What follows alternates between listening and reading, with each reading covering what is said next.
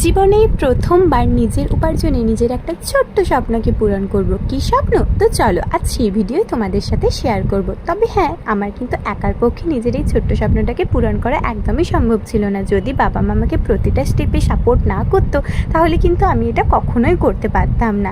তো তোমাদেরকে স্বপ্নের কথাটাও বলে দিই। হ্যাঁ, আজকে আমি কিনবো আমার জন্য একটা নিউ ভালো ফোন। অনেক দিক থেকে ইচ্ছে ছিল যে একটা নতুন ভালো ফোন নেওয়ার, আর এখানে দেখো আমাকে টাকাগুলো গুনে গুনে দিয়ে দিতে হচ্ছিল। আর আমি যেই ফোনটা নিয়েছি সেটার নাম ছিল Realme 13 Pro Plus। আর এটা দেখো, এটা ছিল আমার ফোন আনবক্সিংয়ের ভিডিও।